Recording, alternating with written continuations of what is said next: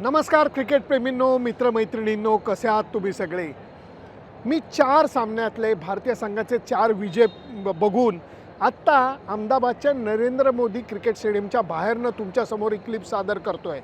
म्हणायला गेलं तर जी साखळी स्पर्धा होती त्याच्यातला भारतीय संघाची कामगिरी ही समाधानकारक राहिली आहे. आउटस्टँडिंग नाही, समाधानकारक नक्की राहिलेली आहे. कारण 4 सामन्यात 4 विजय, अव्वल क्रमांकाने तुम्ही सुपर 8मध्ये जात आहे.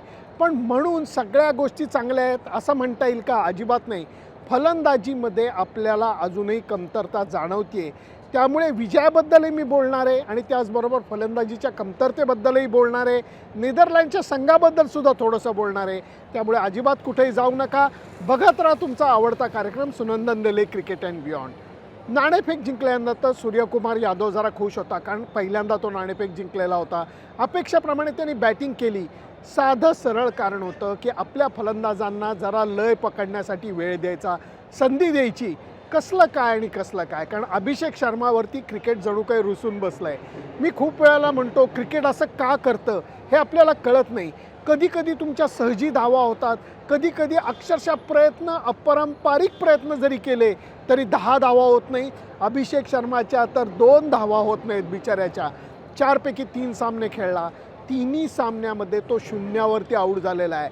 आजसुद्धा 3 चेंडू खेळण्याकरता त्यांनी सुरुवातीला स्ट्राईक घेतला, जे बऱ्याचशा लोकांचं म्हणणं होतं की नशीब बदलायला पहिला बॉल त्यांनी खेळायला पाहिजे. ते त्यांनी केलं. सिराजचा शर्ट घातला लक बदलण्याकरता, पण नाही. क्रिकेटने जणू काही त्याला सांगितलं please wait, you are in queue. काय म्हणायचं, क्रिकेट असं का करतं मला कळत नाही. भीती वाटते कधी कधी, कारण 3 बॉल खेळून त्याला जेव्हा धावा करणं जमलं नाही तेव्हा जशी पाकिस्तानच्या सलामीच्या बॅट्समननी गडबड केली तशी यांनी गडबड केली. यावेळेला कौतुक करायला लागेल आर्यन दत्तचं. भारताच्या ओपनिंग बॅट्समन विरुद्ध पहिली ओव्हर टाकणं दम लागतो त्याला. सुपर बॉलिंग त्यांनी केली, एकदम स्टंप टू स्टंप केली. आणि त्यांनी अभिषेक शर्माला बॉल काढताना ज्या पद्धतीने त्याचा बॉल एकदम झपकन आला आणि लेग स्टंप घेऊन गेला, क्लास. तिथं तो थांबला नाही. मी सुरुवातीलाच सांगतो, आर्यन दत्तनी 4 ओव्हरमध्ये 19 रन देऊन 2 विकेट काढलेले आहेत. वेल बोल्ड आर्यन दत्त. गंमत काय झाली माहिती आहे का, की सुरुवातीला अभिषेक शर्मा तर 0वर आऊट झाला आणि नंतर ईशान किशन जो तुफान लाईक बॅटिंग करतोय तो त्या मानाने लवकर आऊट झाला. आणि नंतर तिलक वर्माचा वॅन्डरमरनी पकडलेला कॅच, देवा रे देवा, काय म्हणायचं या फिल्डरला. अगोदर दक्षिण आफ्रिकेकडनं खेळलेला खेळाडू, IPLमध्ये RCBकडनं खेळलेला खेळाडू, वय वर्ष 41, उलट्या बाजूला, कारण तो लेफ्ट हँडर आहे, उलट्या बाजूला फुल लेंथ डाईव्ह मारून बॉल त्यांनी ज्या पद्धतीने बघत पकडला, आंधळ्या कोशिंबीर नाही, बघत पकडला आणि कॅच पकडला. Outstanding, outstanding. तिलक वर्मा स्वतः चांगला फिल्डर आहे, तो भयचकित होऊन ते बघत होता.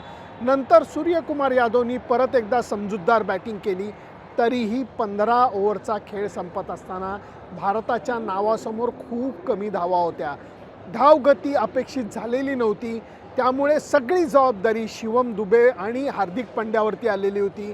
शिवम दुबेच्या बाबतीत तुम्ही काही जण म्हणता ते खरं आहे, त्याला ते पाहिजे ते क्रेडिट मिळत नाही. हा पठ्ठ्या कधी कधी 2 ओव्हर खेळायला बॅटिंगला येतो, कधी कधी 10 ओव्हर खेळायची त्याच्यावरती वेळ येते, पण हा डगमगत नाही. खास करून मी एक गोष्ट ऑब्झर्व केली आहे, त्याच्या फटक्यात ताकद आहेच. बॅट कधी कधी त्याची हातात थोडीशी फिरते, बॅटचा अँगल बदलतो आणि मग पाहिजे तसा फटका लागत नाही. आज त्याची बॅटचं ग्रीप होती, जबरदस्त होती. त्यामुळे त्यांनी मारलेल्या सिक्सर या बाउंड्री लाईन पार करून नाही तर प्रेक्षकात जाऊन पडलेल्या होत्या. वरचा क्लास. त्यांनी बाउंड्रीज किती मारल्या? फक्त 4. सिक्सर किती मारल्या? 6. आणि त्यांनी हार्दिक पंड्याबरोबर 77 धावांची केलेली भागीदारी ही भारतीय संघाला सुस्थितीत घेऊन गेलेली आहे. कारण शेवटच्या 5 ओव्हरमध्ये जी धावगती वरती न्यायला पाहिजे होती त्याला हीच भागीदारी कारणीभूत ठरलेली आहे. त्यामुळे वेल प्लेड शिवम दुबे आणि वेल सपोर्टेड बाय हार्दिक पंड्या. ज्या वेळेला भारतीय संघाने 190चा टप्पा पार केला, समोरच्या संघाकरता तो खूप होता. आणि सुरुवातीपासून भारतीय बॉलर्सनी इतकी टिचून बॉलिंग केली, त्यातल्या त्यात फास्ट बॉलरला नेदरलँडचे बॅट्समन जरा तरी बरा खेळत होते. ज्या क्षणी सूर्यकुमार यादवनी वरुण चक्रवर्तीला आणलं, त्याची ग्रीप एकतर अशी आहे, लेग स्पिनर असा बॉल पकडतो, त्याची ग्रीप फास्ट बॉलरसारखी आहे, तो एवढंच करतो. कधी कधी लेग स्पिन टाकतो, कधी कधी सरळ टाकतो. तो बॉल कुठला वळणार आहे, बरं तो स्पिनरसारखा पळत येतो, त्याचा बॉल मीडियम पेसरसारखा येतो. या सगळ्या गोष्टी कॉम्प्युटर ॲनालिसिसमध्ये किती जरी बघितल्या तरी त्या फलंदाजांना झेपणाऱ्या नव्हत्या. वरुण चक्रवर्तींनी बघता बघता 3 विकेट काढल्या. एका क्षणाला तो हॅट्रिकवरती होता. ते धक्के खूप होते, कारण सुरुवातीच्या बॅट्समननी थोडा खेळ केला, पण सगळ्यांनी 20चा पाडा गिरवला. कुणी 20 केल्या, कुणी 22, कुणी 23. डी-लीडनी 33 धावा केल्या तरीसुद्धा त्या पुरेशा नव्हत्या. एडवर्ड जेव्हा बाद झाला बुमराच्या बॉलिंगवरती, खेळ खलास झालेला होता. त्यामुळे प्रयत्न प्रामाणिक केला, हो नेदरलँड्सनी प्रयत्न प्रामाणिक केला, पण ते पुरेच पडणारच नव्हते. हे मैदानाची तुम्हाला गंमत सांगतो, 1,10,000 पेक्षा 1,20,000च्या आसपास याची क्षमता आहे.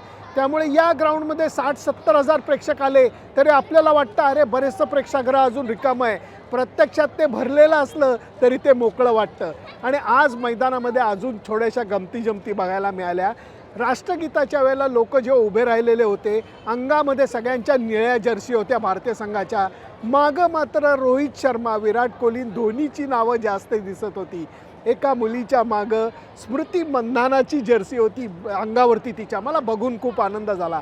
हे बघायला सगळं मजा आली. मी एवढंच म्हणेन, भारतीय संघाचे 4 विजय सुखकारक नक्कीच होते. सुपर 8मध्ये गेल्यानंतर फलंदाजीत सुधारणा नितांत गरजेची आहे. अभिषेक शर्माकडनं धावा आता अपेक्षित आहे. मलाही माहिती आहे दडपण त्याच्यावरती वाढला असेल, त्याची किती प्रामाणिक इच्छा असेल, आपण धावा कराव्या, संघाच्या कामगिरीमध्ये योगदान द्यावं, पण आत्ता क्रिकेट त्याला नाही म्हणतंय. सुपर 8ला कदाचित त्याला ते क्रिकेट हो म्हणेल. पहिला सामना दक्षिण आफ्रिकेविरुद्ध आहे. जणू काही गेल्या विश्वचषकाचा अंतिम सामना या 2 संघात झालेला होता. दक्षिण आफ्रिका तुफान लयीत खेळतं आहे, त्यामुळे आता चुकांना वाव नाही. आत्ता 5 जणांचा ग्रुप होता, 4 लीग मॅचेस आपण खेळलो. आता 4 जणांचा ग्रुप आहे, 3 मॅचेस आपण खेळणार आहोत. त्याच्यातला पहिला सामना हा दक्षिण आफ्रिकेविरुद्धचा असणार आहे, दुसरा झिम्बाब्वे चेन्नईला, आणि तिसरा जो आहे तो कलकत्त्यामध्ये होणार आहे वेस्ट इंडिज विरुद्ध. त्यामुळे आता चुका सुधारायची वेळ आहे, फिनिशिंग टच द्यायची वेळ आहे. भारतीय संघ चांगला खेळ करतोय का? हो, पण अजून अप्रतिम खेळ भारतीय संघ करू शकतो. ती क्षमता त्यांच्यात आहे. बॅटिंग अजून फटाक्यासारखी फुटलेली नाही आहे. ती अपेक्षा आहे मला दक्षिण आफ्रिकेविरुद्ध होण्याची. हे मुद्दे होते माझे. तुमचे मुद्दे काय आहेत मला जरूर कळवा. फक्त त्याच्याकरता माझं फेसबुक पेज, इंस्टाग्राम अकाउंट आणि यूट्यूब चॅनल लाईक, शेअर आणि सबस्क्राईब करायला विसरू नका. फक्त एक नम्र विनंती, श्रेयस अय्यरला घेऊन या, रोहित शर्माला परत बोलवा, असल्या काहीतरी कॉमेंट करू नका. हा वर्ल्ड कप आहे, टीमची नावं दिलेली असतात.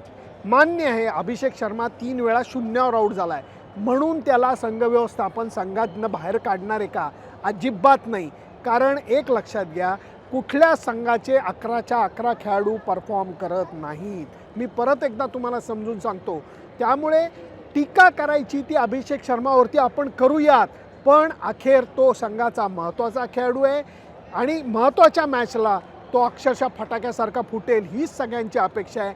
त्याच्याकडेही लक्ष देऊयात. त्यामुळे संघाची सराव आणि दक्षिण आफ्रिकेविरुद्धच्या सामन्याची तयारी कशी चालली आहे हे सांगायला याच नरेंद्र मोदी क्रिकेट स्टेडियमच्या जवळनं मी तुम्हाला परत भेटेन. तोपर्यंत गुड नाईट, बाय बाय.